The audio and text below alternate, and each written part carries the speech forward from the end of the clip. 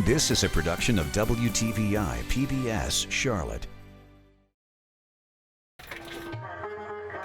From cookware and clothing to groceries and religious icons, there's lots to choose from at the Central Market. Owner Kamal Damal talks in his native Bhutanese with customers at his store on Charlotte's east side. His journey to Charlotte comes after years of hardship. They kill, they burn the house, they put fire in everybody's house, and the Nepali community, they force them out from the country. Kamal was born in Bhutan and forced to leave his homeland due to religious and ethnic persecution by the government. When I was very small, like in 6-7 years old, they take my father to the prison. Then news that literally crushed him. They gave us message that our father was killed by police inside the jail. Kamal's family fled to Nepal in 1990. With help from a UN-supported agency, Kamal's family started the lengthy process of applying to come to the U.S. Kamal says when he arrived, he had big dreams, but little else.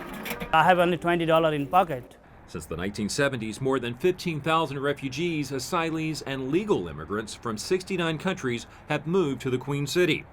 In 2014 alone, there were 675 arrivals. Lindsay LaPlante works with refugees through a program at Central Piedmont Community College. These people have been torn from their homes through violence and persecution, and they literally had nowhere else to go. Each year, the President and Congress sets limits on how many refugees can enter the U.S. During fiscal year 2015, 70,000 refugees will be allowed to enter. While the government welcomes people like Kamal and his family who have come here legally, oftentimes that's not what they run into when they get here, because there's so much misunderstanding of who is a legal immigrant, who is an undocumented immigrant. Carolina Refugee Resettlement Program and Catholic Charities Refugee Program helps them out with basic needs like housing and transportation. Government support runs out in about 3 months. That's why they have to find work quickly. I work here in the morning and in the evening. Rupa even holds a second job at a local company. While her English speaking skills are good, many refugees who have never spoken English face a far more difficult time adjusting. Hood. Okay, good.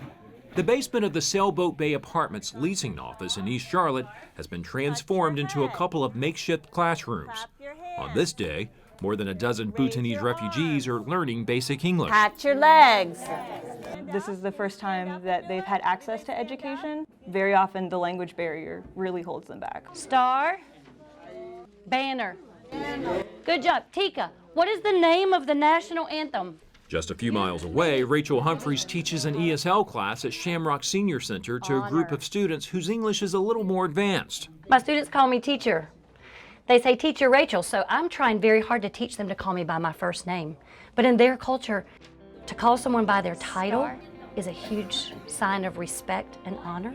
Humphreys also leads Refugee Support Services, one of the many organizations in Charlotte providing refugees with things they need long term. Goodbye, Bola. See you later. They're not looking for a handout. They're not looking to take advantage of our systems. This community is just looking for someone to help them navigate our systems. They're looking for a culture coach to help them understand our culture so that they can make this community their own. That's why Humphrey started the Fruitful Friend program, which partners Charlotte residents with newly arrived refugees. Spending time together is when I think barriers can be broken down, because there can be high levels of understanding each other's cultures. Refugee advocates say this is critical as the face of Charlotte changes. According to Charlotte's Immigrant Integration Task Force, in 1980, less than 1% of the population was foreign-born. By 1990, the number rose to about 3%. In 2000, it grew to 12%, and today, it's about 15%. We are an international community. We are becoming a world-class city. The world is coming to us. Back at Central Market, Kamal has emerged as a community leader, someone newly arrived refugees look up to. If they get any problem, they come to my store, or they call me, or they come to my home and they ask for help. While Kamal and his family work 10 or 12-hour days, they're grateful for what they have and the opportunities living here offers compared to the persecution and refugee camps that were part of their lives for so many years. It's important to remember that they're just people. They're just people trying to live their lives. We want the people from Charlotte to help us to achieve American dream in United States, to make a better life and to forget about the past history. One way Kamal hopes to forget the past is by trading his refugee status to become a U.S. citizen. For Carolina Impact, I'm Jeff Rivenbark reporting.